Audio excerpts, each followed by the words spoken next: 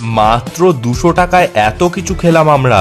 আর এই কম্বোটা খেতে গেছিলাম ওয়াও এর সব থেকে বড় আউটলেট ওয়াও ইটসে। আর এখানে wow momo, wow chicken, wow China আর ওয়াও কুলফিও রয়েছে। এই আউটলেটটা রয়েছে নিউ মার্কেটে আর এর অ্যাম্বিয়েন্সটা জাস্ট দারুণ ছিল, একটা প্রিমিয়াম ফিল দিচ্ছিল। অর্ডার করতে গিয়ে দেখলাম এই মেশিন, আর এই মেশিনে তোমরা ইউপিআই এর সাহায্যে নিজেরাই অর্ডার করে নিতে পারবে। এদিকে আবার দেখি ওয়াও কুলফি, দেখতে তো বেশ দারুণ লাগছিল।